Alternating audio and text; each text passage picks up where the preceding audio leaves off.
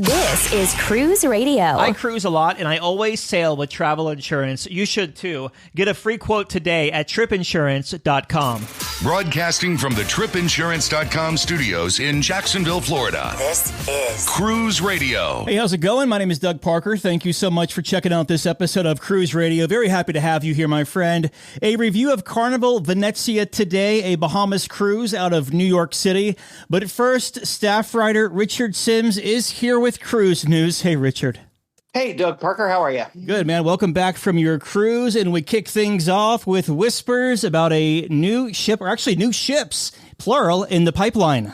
That's right, Doug. And over the past few weeks, those whispers have gotten a whole lot louder. It's looking as if Carnival Corporation is very close to announcing a new deal with Fincantieri Shipyard for 4 new ships with a combined price tag of around $7 billion. That's billion with a B. So obviously, there's not a lot about this that we know, given that unless something has changed since we recorded this, there's no confirmation of the actual order. It's all just like rumors and being reported in various places. But based on what's been making the rounds, it sounds like these ships would be a little bit larger than Carnival Jubilee, which is currently their newest and biggest ship within Carnival Cruise Line. That one carries about 6,500 passengers, while these new ones would supposedly carry around 7,000 passengers.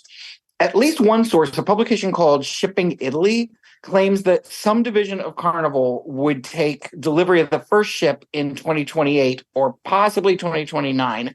They also speculated that at least one of these ships might be heading for Costa.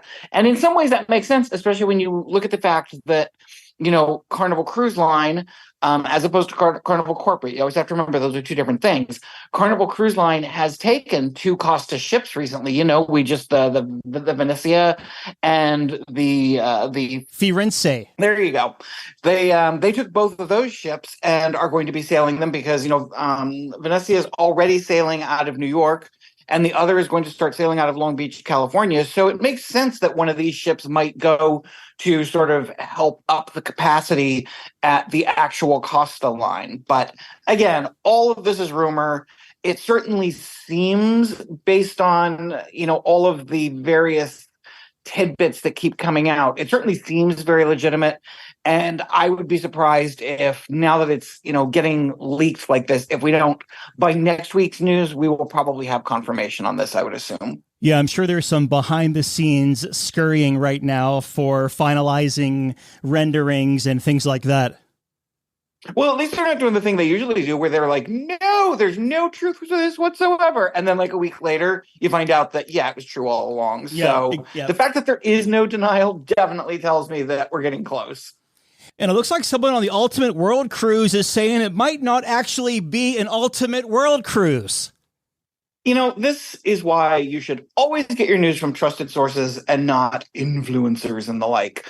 So one of the TikTokers who is currently on Royal Caribbean's Ultimate World Cruise posted a video saying basically they'd heard rumors that the trip was actually going to be cut short and that it would end in Los Angeles. And the reason they gave for this was some of the various political things going on around the world and the unrest in certain parts of the world. They then went on, which I thought was hysterical, to very helpfully suggest, hey, here's some other places you could go. You know, like Royal Caribbean needs their help in figuring out where to move their ships should this become necessary. They called it very worrisome and said that, you know, people on board should really be told what's going on. So People magazine got a statement from Royal Caribbean, which basically said, you know, no, the first segment of the cruise, because remember, it's divided up into like 3 segments and you can do all of it or any one of those segments. The first segment of the cruise would be coming to an end in February, and then they would very shortly after that be taking off on the next segment, and they were looking forward to, you know, continuing the voyage. Now, here's the thing.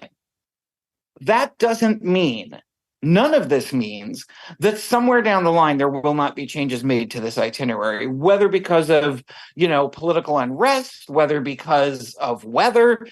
Anybody who gets on a cruise ship should know that itinerary changes are always a possibility, and they can be done at the cruise line's, will. They can, somebody can wake up one day and say, let's send the ship to here, and that's what happens. It's in your cruise contract. They have the right to do this, and I think that on a trip as long as this one, it's almost inevitable that there are going to be some changes along the way, for whatever reasons. So they basically said no, there is no truth to this as of now. Doesn't mean it can't happen later, but right now it's not. So rumor, shut down, or at the very least put on the back burner until something comes up later that says otherwise. Do we know when that ship is supposed to get to LA? Sometime in February. I don't remember exactly when, but it is sometime in February. Gotcha.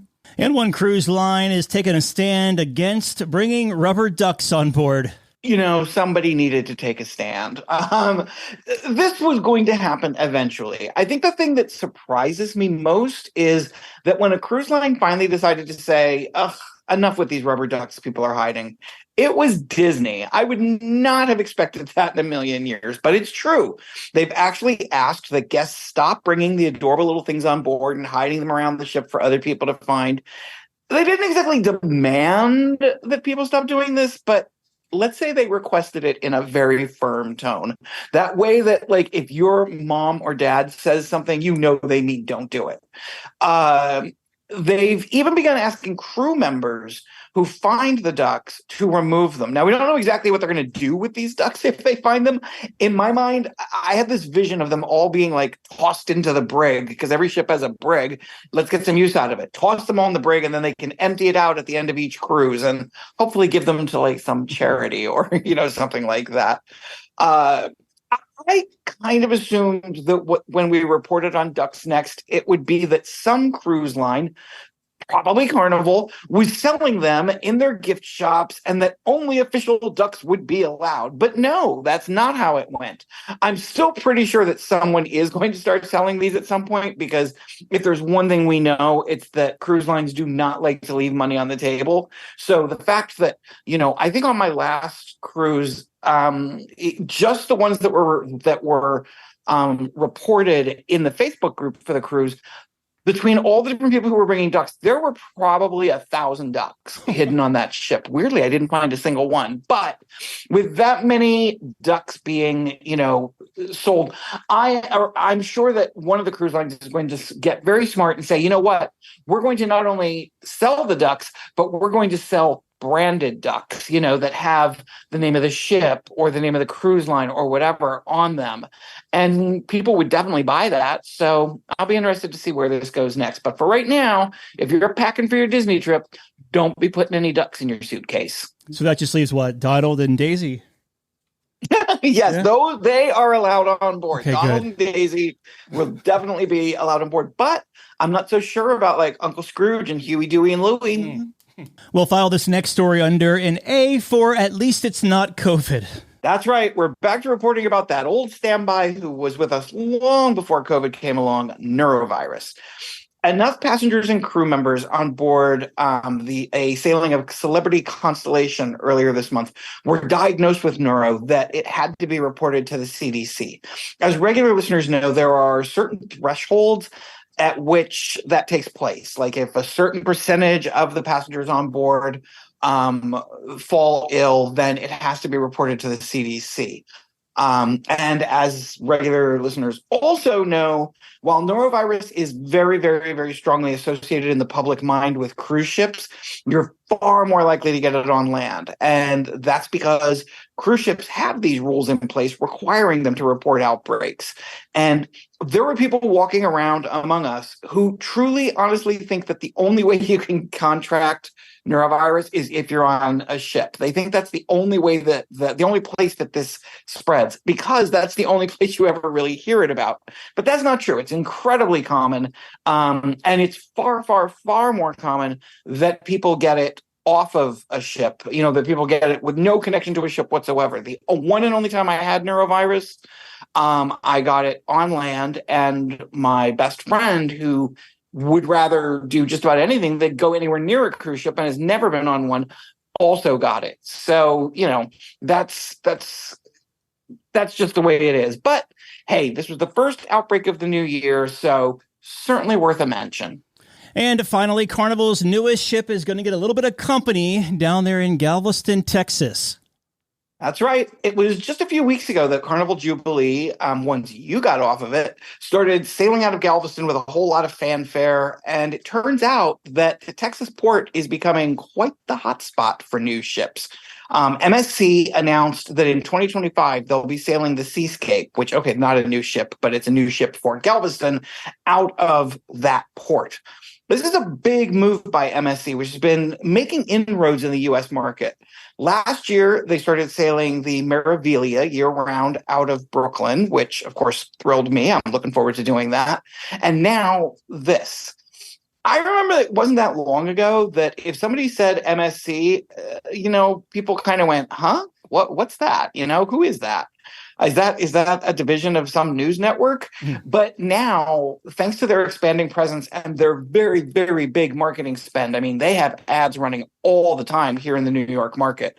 They're becoming a real player in North America. And, I'm excited. I have never had the MSC experience, and I'm going to not only do the MSC, but I'm going to be in the yacht club, and it'll be my first visit to their private island. So, really excited about this. And now here's Galveston also getting their shot to experience MSC with this very nice, very big ship coming their way. All right, staff writer Richard Sims. Actually, you know what? We're going to talk after the break about your latest sailing, right? Carnival Venezia. Right. Okay. So I'll just sit here in the green room while the program runs, and you can bring me back when you're ready. Be right back. Have a question or a comment for the show? Yeah! Send an email or voice memo to Doug@cruiseradio.net. A big question we get at Cruise Radio is, how do I know if I need trip insurance? Simple answer. If you're getting on a plane, taking a road trip, or getting on a cruise ship, you need to have travel insurance. Hey, it's Doug Parker from my friends at tripinsurance.com. Not only does tripinsurance.com protect your vacation investment, but it also gives you peace of mind in case anything were to go wrong on your trip. How do they do it? They offer 3 different types of trip insurance policies. Good, better, and best. One policy for every vacation budget. But it doesn't just stop there. They're up to 40% lower when you shop around on other comparison sites. Plus, tripinsurance.com offers 24-hour customer support before, during, and after your trip, online claims assistance, and travel alerts to let you know what's going on at your destination. But find out for yourself. Check out tripinsurance.com. The world is constantly changing. Your place for news is still the same. Online and on demand at cruiseradio.net. All right, Richard, you're up. Okay. Stretching. Let's do this. All right, staff writer Richard Sims joins us again to talk all about his cruise on Carnival Venezia he did last week. I'm going to skip the formalities. I just said hi to you 15 minutes ago, so we'll jump right to it. What made you want to book this sailing out of Manhattan on Carnival Venezia? I mean, for one thing, anytime they bring a new ship to my home port, I like to give it a try. That's, we don't get a huge number of ships here. For a while, we only had, mostly just NCL. So I did a lot of NCL for a while there. But now, they're bringing other ships here. So there was that. There was also the fact that this was such a different ship from anything I had sailed before, because of course it was, an Italian ship built for the Japanese market.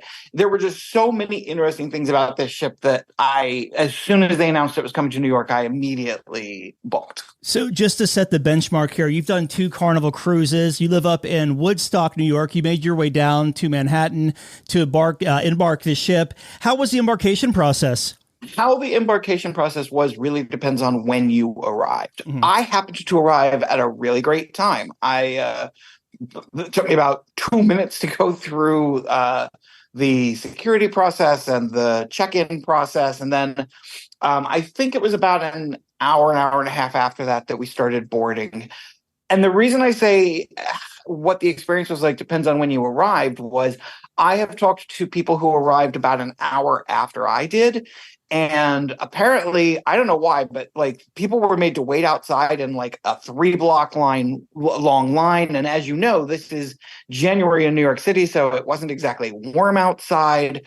There just apparently were a lot of snafus. And apparently this is pretty common with this particular ship boarding out of this particular port, and I don't know why, because I sail out of this port all the time, and I've never experienced anything like that. But yeah, I talked to quite a few people who said that it was kind of hellish. But I'm curious, Richard, like, I know Carnival, some cruise ports are sticklers for if your boarding pass says between 11 and 11:30, you better get there at that time. So if someone got there on time, would they still be waiting? That's a really good question. I mean, when I walked in, they did have a part of the terminal where there was a sign saying, if you're early or late, this is where you go. Mm-hmm. That was inside the terminal, though. And so that's why I don't really understand what went wrong.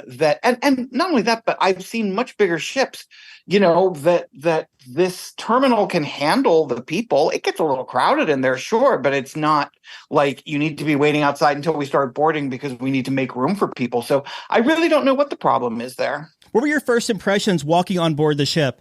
I was blown away by it because it is so different. I mean, you've got that beautiful alfresco ceiling in the atrium. You've got, people obviously have mixed impressions. Now, the one impression that I did have that was that annoyed me a little bit was it was still Christmas. All the Christmas decorations were up, and I was long over Christmas. I'm done with Christmas as soon as the presents are open. So walking in and seeing like all the trees and all the garland and all that drove me a little bit nuts. But the ship itself really, quite beautiful, makes quite the impression. Although it depends on how you feel. There are other people who do not get that look and find it a little tacky, a little over the top.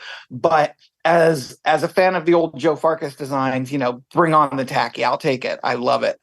I very smartly quickly made my way. Most people stop in the atrium and have a drink, and the atrium bar gets kind of crowded. I wandered down to deck 5 to the Carnival Lounge, really just exploring. I wasn't particularly going to have a drink, but I found out that bar is open on embarkation day, and nobody knows about it. So I was literally the first customer at the bar. And so, eventually a few other people came in and we all sat and talked. And that's when I found out about the embarkation experience some people were having. But that's my first tip for this cruise ship is if you want to go have a drink and not be surrounded by a million people, go down to the Carnival Lounge because it is open. You say the Carnival Lounge, that would be the Havana bar on ships that have the Havana bar? Exactly. Okay. Exactly. And so the bar is open. The back part of it, beyond it, just like with the Havana, you cannot access without a band, which I had because I was staying in a terrazza cabin.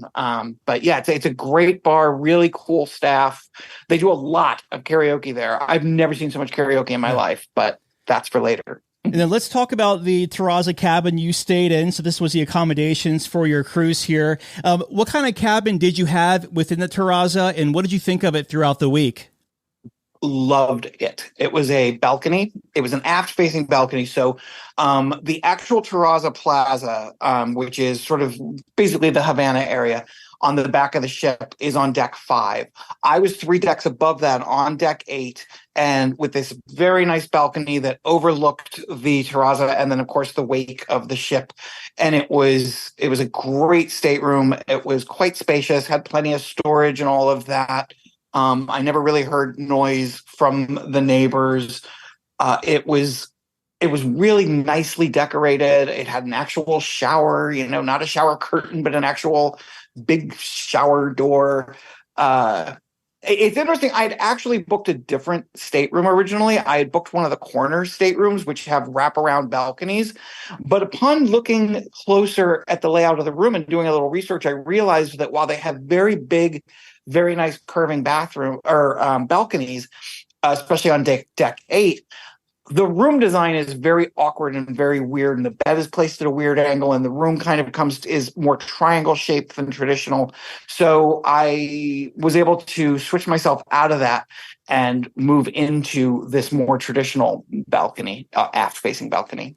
Do you remember if your stateroom had USB-C connections? Because I've had them in one room, but didn't have it in the other room. What was it like for you? Yes, gotcha. I do remember that. I think I knew that wasn't necessarily common because you had mentioned it before. Gotcha. Let's stick to the area you were staying in just for a moment here, because you have that area where you need to have a wristband to go in and out. How well was that enforced? Because on my sailing, I booked back there and I forgot my band, and I took it off before the shower, didn't put it back on. And they're like, I'm sorry, you can't come back here until you go get your band. It's interesting. So along the side of the ship on deck 5 is where the terrazza cabins that have those cool lanais with the hammocks and all that are. And I know a lot of people get concerned about the fact that, there's your lanai, then there's the promenade, and then there's, the view of the ocean. And so people are very worried about people walking by on that. I did not have that type of stateroom, but I was really observing it. And there's very little traffic back and forth through there. So, for the most part, I don't think that's something that people should be concerned about. But what was really interesting to me was how very little use the actual terrazza area on the back got. There were very rarely more than, 3 or 4 people back there. Sometimes at night. Now, this area is only open to guests with the band until 7 p.m. After 7 p.m., it's open to anybody. And at that point, I did notice that some people would come in and go to the hot tubs, that kind of thing, because there's 2 hot tubs down there. But for the most part, there was almost no one down there. Now, to be fair, we did not have great weather for this sailing. It was we got a lot of kind of chilly, rainy days. We had rough seas for almost the entire trip. So that, I don't have any doubt, played a part of a role why people weren't out there. But the other thing I noticed was that when people were out there was no drink service. If you wanted a drink, you had to go into the ship, into the bar in the Carnival lounge in order to get a drink. I never once saw a drink server on the terrazza, which I thought was not good. Yeah, it's not like Carnival either. They're normally, pushing drinks down your throat. Yeah, I wondered if this would be something that I noticed throughout the ship. Especially in the casino. That's the other place where you really want to get a drink, especially since there's not a casino bar in there. Yeah, and in there, it was they had pretty good bar service in there, but I guess that's because they want to keep you drunk to spend money in the casino. But yeah, it was very strange to me not to see. I will say I did find service on this ship was not up to par. I thought that there were a lot of times when service was not particularly great, and the lack of drink servers in certain areas was definitely one of those things. And back to the private decks on deck 5 there, if you have one of those lanai cabins, I will say that on my sailing, I had one of the cabins in the back there, and there's not a lot of foot traffic. Maybe I've counted 2 people walking by during the day, and they weren't randoms. They were my neighbors pretty much. Yeah, totally agree. If that's something that you're concerned about, I certainly wouldn't have had any hesitation booking one of those. Yeah. And I actually will also say, when I thought about those initially, I kind of thought that the promenade between the lanai and the view of the ocean would bother me, but when you actually see it, it's not what you expect. It's not bad at all. I would totally do one. All right, so let's talk about food. And what we'll do here is we'll talk about the food within your terrazza area, because I believe you got breakfast there, and you're allowed a sea day brunch in the steakhouse. Is that how it goes? It is. I never went to the breakfast. Mm-hmm. I'm not really a breakfast person, so I never. And when I did do breakfast, it was more the sea day brunch, the regular sea day brunch, which I did 2 or 3 times, and was absolutely excellent. But I also did do. They have a special sea day brunch for guests of the terrazza that is held in the steakhouse. It's got a limited menu, but it's a pretty decent menu. And the food was absolutely excellent, as was the service. It also was another place where I really expected it to be more crowded than it was. There were, it's in the steakhouse, and there were maybe 30 people in there when I went. Mm-hmm. Whereas I expected to I thought this was someplace I'd have to wait in line because all the different terrazza guests would want to get in there. But no, not at all. It was excellent, and a real, I think it was very valuable, and I would have paid money for that breakfast. It was good. Well, how different was that menu against the regular sea day brunch menu? Very different, very, very different, night and day. The sea day or the regular sea day menu is nice. It's got a lot of good stuff on it. But this was more elevated. This was definitely a different experience. And there were things on there that I've never even heard of, to be honest. It was a very, very good menu. And you also got a free, mimosa or Aperol Spritz. So I tried my first Aperol Spritz, did not care for it, as it turns out. But yeah, it was a definite worth doing. All right, so let's talk about up at the top there, the Lido Deck Marketplace. How was the food up there? Wasn't bad. The worst part of it, I did lunch up there one day. The worst part was what do they call it? Late afternoon or late night buffet, late night snacks, whatever they call it. That was lame. They had chicken tenders, hot dogs, pizza, and not the good pizza that you get, from the back of the ship, but just like, thick, like cafeteria pizza, basically. And the line to get what little there was ridiculously long. To the point where a lot of people were like, you know what, I'm just going to go to my room and pay $6 and order a room service pizza, because the room service pizza is the same pizza from the back. And it was excellent. I ordered it and wings one night, and it was fantastic. It was well worth paying for, as opposed to standing in line for, chicken nuggets. So that was not impressive at all. I don't know why they even bother, to be honest. I think it inspires more complaints than it does anything else. I really think they would be better just keeping, opening up some other venue like Guy's Burgers or something that people actually like, and keeping it open later than this, because it was not good. How about Guy's Burger Joint or Blue Iguana Cantina out there by the pool? I did one Guy's Burger. I allowed myself to have one. I was trying to be as good as I possibly could be, which is hard when you're on a cruise. But I did. I tried the new pepperoni pizza burger, which was good. But the slab of mozzarella that they put on top, it's huge, and it's kind of like like a fried mozzarella. And I found that once I took that off the burger, or just broke a few pieces of it off onto my burger, it was much, much better. But if there was that was another area where this ship, overall, I think this ship is not designed for the number of people that are on it. There were a lot of lines in a lot of places. If you weren't at Guy's when it opened up, you were going to stand in line. If you weren't at the Tomodoro when it opened up, you were going to stand in line. And no matter when you went to the pizza place, you were going to stand in line. But more than that, just everything felt crowded. Forget the aft-facing pool. The pool back there, I mean, it was human soup. And you weren't going to get a lounge chair anywhere in there. You weren't going to get a lounge chair anywhere on the Lido near the main pool. They had the roof closed part of the time, and then 1 or 2 days we did get nice enough weather they were able to open it.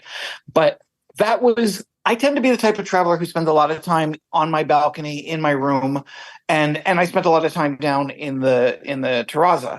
And so I loved it. I had a great time on the ship, but I heard a lot of complaints from people, and I certainly saw how really crowded things were.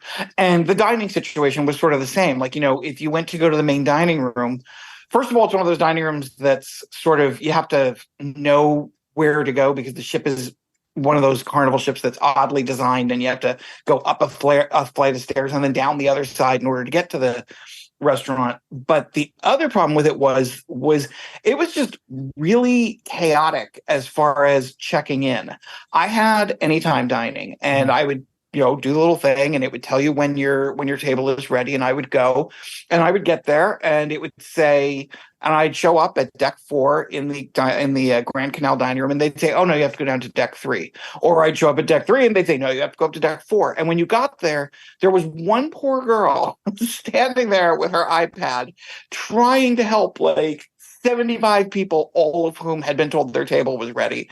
It was a little chaotic. How was the food in the dining room? Great. Really very, very good. I was a little worried, based on the chaos that was outside the dining room. I was a little worried how the food would be, but it was really fantastic. I ate in the main dining room 3 or 4 nights, which is kind of unusual for me. But I really enjoyed it. And the C-Day, the C-Day brunch in the dining room, aside from the special one in the steakhouse, the C-Day brunch in the dining room was really good. I had like huevos rancheros and just and hash browns and things, and they were all really good. I enjoyed them a lot. Specialty restaurant wise, I did the steakhouse on the last night. I end every trip in the steakhouse if I possibly can. And it was, as always, excellent. Just a really, really fantastic meal with really good service. It was everything you expect from a steakhouse, and certainly on a cruise ship. I did not go to the Italian restaurant. I saved that for my next trip. I did do one other specialty restaurant. What would it have been on that ship? Oh no, I did the chef's table. This was the first time this new version of the chef's table had been done on this ship. So that was kind of cool. It starts out basically the same as the old one. You go into the galley and you have, like 4 little appetizer kind of cool things. And they're not, it's not like you go in and you have a shrimp cocktail. You go in and you have some gastronomic experience where it's a frozen gel that explodes in your mouth kind of thing. So there were like 4 of those. And then the chef's table itself was actually in the kitchen, which is really cool. I think that's how a chef's table should be. And it wasn't previous chef tables. In fact, one that you and I did on one of the ships, I think I and Ashley did it. It was almost more about the presentation, like they had boxes and you had to open the box, and they had a little a mushroom thing that you had to like add the water and whisk it. And it was fun. It was an experiential thing. This is not that. This is very much about the food. It's all plated for you. It's all put in front of you. You don't build any of it yourself or anything like that. And it was, I don't remember, like 12 courses on top of what you had already eaten in the galley. But again, small courses. Interesting. I say this every time I talk about a chef's table, and I'm going to reiterate it here. Do not book the chef's table if you are not interested in, foods outside your normal comfort zone. It was $150. I actually got it for $99 because I booked it before the price went up. But it's $150 with wine and all that. But I would say probably 6 out of the 12 people at the table did not eat half of the things. They were like, oh no, that's not something I would eat, or oh no, that's got mushrooms, I'm not going to touch that.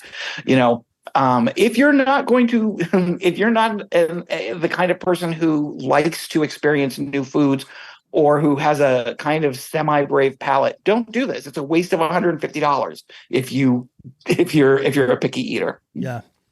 How was the entertainment on this cruise? Mostly playlist productions, and I'm not a fan of playlist productions as a rule. I'm not a fan of jukebox musicals. And I had already seen 2 of the 3. One was Broadway Bound, which I saw on Mardi Gras. One was Pop Vintage, which we saw on like Sunrise or something like that. The third was Color My World, and I had never seen that one, so I did decide to check it out. I only lasted I felt like you. I lasted like 12 minutes and was like, okay, I gave the old college try, and I booked out of there. The lead singer was not particularly good, and the show I didn't get it.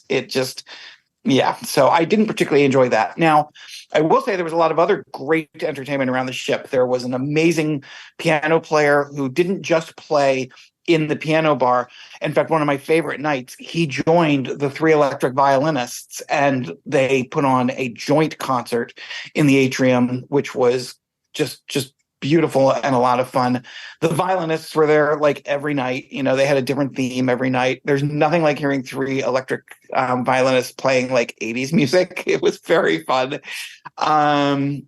Overall, I think the entertainment outside of the playlist productions was really quite good. They had a fantastic acoustic guitar player who played all different styles and was found all over the ship. You never knew where he was going to show up.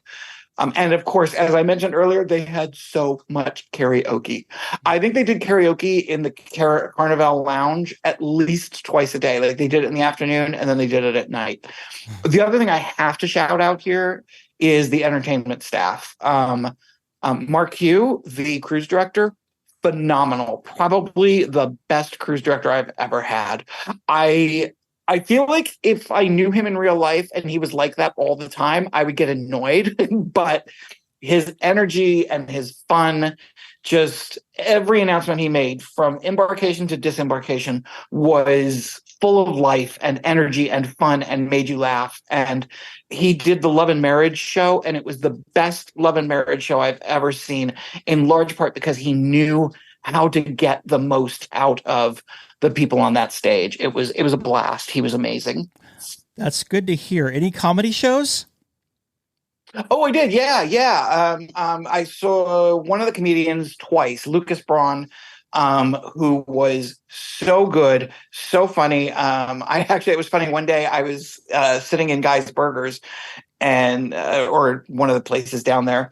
And I kept looking at the table next to me, and I'm like, I think that's him, because he's kind of distinctive looking. He's a very small, tiny little guy, very compact, and I'm sure he must have sensed that I was staring at him. And finally, at the end of the meal, I was like, I'm sorry, are you? He's like, yeah. And then we chatted for a little bit. Very, very nice guy. And I will say this, they always tell you get there early. You won't get a seat if you don't. It was actually easier to get a seat in the Punchliner lounge. Like, I went there after the show had already started and just kind of like walked in and got a seat in the back than it was in the theater when they did the show in the theater. It was so crowded that like that was standing room only. And they also, I don't know, maybe they do this all the time. I don't remember it from past sailings, but they actually had the comedian doing afternoon shows on sea days, like at 2:30 in the afternoon. They would have the comedian in the Punchliner. Okay. So how were the sea days? I know you had a few of them there, as far as crowds and congestion, and in the casino as far as the smoke situation. The casino was packed. The casino was far too small for that size ship. Now, there is a non-smoking casino, but it's very small and it's weirdly placed. Like, you have to really know where it is to find it. It doesn't have a lot of machines. It does have machines and table games, but it was always crowded. And as for the main casino, the smoke level was pretty high.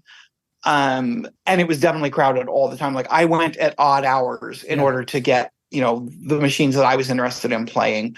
And the thing that really makes it worse, and this is, all of the cruise lines are guilty of this, they love to say, the casino is only open, you can only smoke in the casino if you're playing.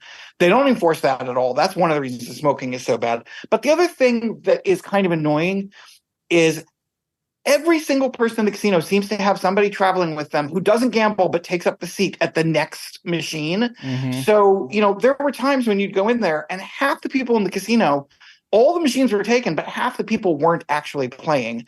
And, if you went up to somebody and said, hey, would it be okay if I play this machine? They would get really offended, like how very dare.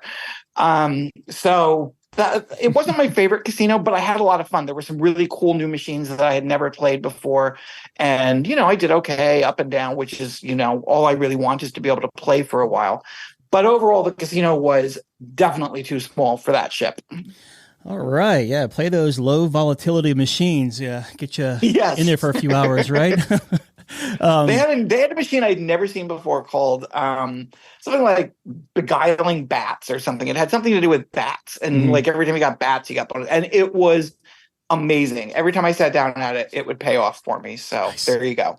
So let's talk about the ports of call. I know you said at the top of the interview you had a couple of weather days out there. So did that impact your itinerary at all? It did. In fact, it impacted the only port that I cared about. One of the reasons that I was really excited about this trip was it was going to Half Moon Cay, and I've never been there. I've always wanted to go. I had this long internal debate. I even talked to you about whether or not, it was worth getting one of the cabanas on the island, despite the fact that they're ridiculously expensive now. It turned out all of that was for naught because the weather was too bad and we couldn't go to Half Moon Cay. It's one of those things where you're like, oh, why can't it be a year from now when the pier will be done? So we skipped that. We went to Nassau, which I got to explore the new port area of Nassau, which really is a vast improvement. I almost wasn't going to get off the ship because I didn't really care, but I'm glad I did. And the whole area is much nicer now. The shopping experience is nicer. There's actually an amazing wine and art bar. If you're in Nassau and you're in the port, look for the wine and art bar. The art is incredible, and the people who run it are super nice. And they have a great bar with really comfortable seats. It's a nice place to spend a little time. So I highly recommend that. That was great.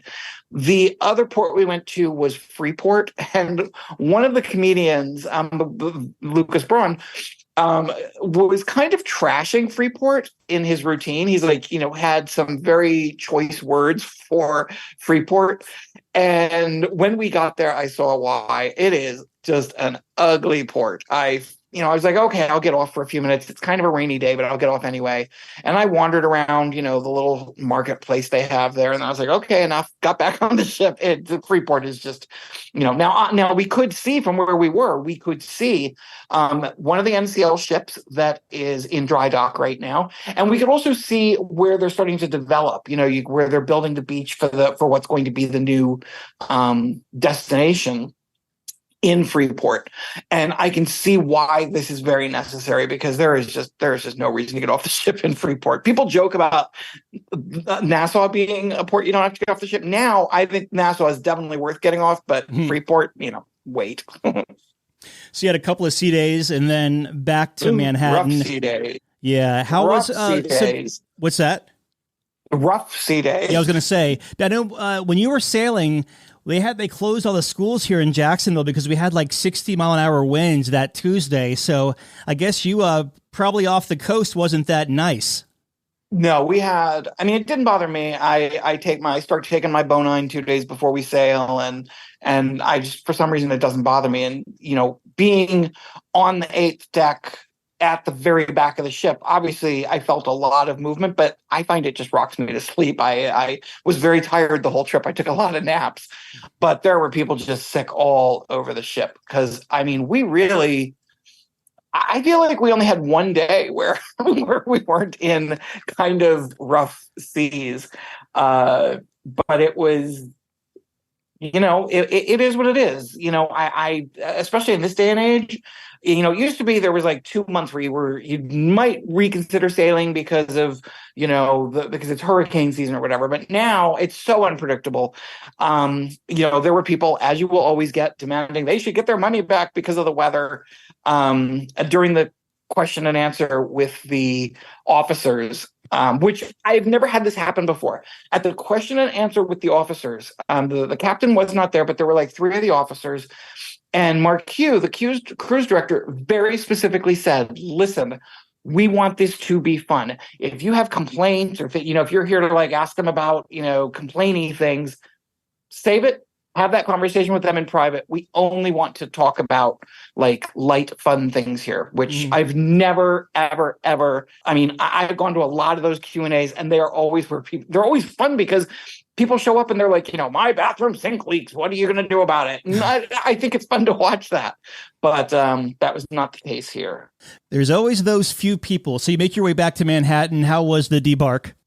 Very smooth. And it's because, when I was on Getaway a couple months ago, I was with a friend, and she said, oh, no, we're not doing the self-assist. You're going to leave your luggage in the hallway like everyone else. I was like, no, I never do that. I like to just get my stuff and go, even though can sometimes be hard getting down the stairs with your big suitcases and stuff. On the Getaway, I left my suitcase outside the door. I was like, oh my God, this is what debarkation is like when you don't have to carry all your own stuff. This is awesome. So I did the same thing here. And it took a long time. There was some kind of snag at disembarkation. I'm not sure exactly what. But, they wanted us all out of our rooms by 8:30, and by 9 o'clock, we had still only started to do self-assist because they did not announce, like, everybody who's self-assisting, come on down. They did it based on your muster station. They were like, if you're at muster station A4 and you're self-assisting, come on down. But despite that, I still thought it went pretty smooth. I mean, I hung out in the Carnival lounge and read and waited. And when it was my turn, I went off, and they did the facial recognition software as far as dealing with the port, and that was very easy. So the whole thing really I thought it was pretty easy, and I really have become a very big fan of letting them take my suitcase off the ship, especially since I carry a suitcase the size of Texas. Okay. So looking back, do you have any tips to offer anyone who may be sailing Carnival Venezia in the near future? I would say pack your patience. If you are someone who is going to be wanting to go to all of the Tomodoro and the Guy's burger joint and the pizza and stuff, because there are a lot of lines. There were a lot of children on this sailing. I didn't really notice it until I went to the Seuss parade, and there was one point where one of the cruise staff told the kids, "Okay, I don't care what your parents say. I don't care. This is the one time you are allowed to make as much noise as you want," and those children did, and it was loud. It's a very good ship, but be prepared in knowing that it probably has more people on it than you would like it to. And there are going to be times, plan accordingly, make reservations. If you want to do something, if there's a restaurant that is on your list, make reservations, don't chance it, because it really can be a little bit chaotic. But otherwise, take advantage of everything the ship has to offer, really, and it does have a lot. Like, I was 6 days in before I discovered basically the promenade deck. I was sort of saying to myself, geez, this ship doesn't have a lot of places where you can hang out and just look at the water on a deck. And there's a whole deck that goes all the way around and has restaurants on both sides and has, places you can grab a drink and sit outside. I didn't even realize it. So because the ship is designed a little bit differently than you might be used to, really take time to look at the deck plan and know what the ship has and what's available. Also, keep a really close eye on the fun times, because they did things that I didn't realize until several days in. Like on sea days, they had a really great pasta lunch that was available in one of the restaurants. It was a limited menu, but it was absolutely delicious, and it was unexpected. So just really take advantage of the Hub app. The app is the best, because while they do still do the paper, the paper versions of the fun times, the app is easily updated. When we changed our schedule and didn't go to Half Moon Cay, they said, "Okay, give us 10 minutes and you will have a whole new updated version of the fun times on your app." And it did. It changed everything. All of a sudden, there was all kinds of entertainment lined up. They clearly have, a plan in place for when they have to skip a port and turn it into a sea day. But they wouldn't have been able to do that with the paper fun times. There's just no way. So definitely read the fun times and keep a close eye on things like what restaurants are serving when, because you might find unexpected things there. Very good. And in closing, your final thoughts of Carnival Venezia. I know that a lot of what I said made it sound like it wasn't a great cruise. It was a fantastic cruise. This ship is not necessarily perfect for me or for a lot of people, but for my way of traveling, it was. In fact, I'm already booked on it. I have a friend who hasn't cruised in 30 years, and I booked my stateroom and the one next to it, and am doing this again because I know there are certain things they will absolutely love. They will love the Italian restaurant. There's a whole bar that's devoted to Prosecco and stuff like that. So for the way I travel, which is to do more specialty restaurants and spend a lot of time on your balcony or in the terrazza, it's a great ship. I don't know that everybody will have that same experience, because they might be diving more into the crowded areas than I typically do. Very good. Well, thank you so much for this review. We've been talking with staff writer Richard Sims about his cruise last week on Carnival Venezia. Maybe next time you'll get to Half Moon, man. One of these days. Thanks. I'm going to get there. Yeah, thanks again, man. I appreciate it. Anytime. All right, Dougie, let's see what we got for you, buddy. Cruise Radio is produced at the tripinsurance.com studios in Jacksonville, Florida. Get cruise news, ship reviews, and money-saving tips every Thursday on Cruise Radio. If you've enjoyed this episode, please subscribe to the show. If you want to help spread the word, give Cruise Radio a 5-star review. Find Cruise Radio where you listen to your favorite podcast or online at cruiseradio.net. I'm your announcer,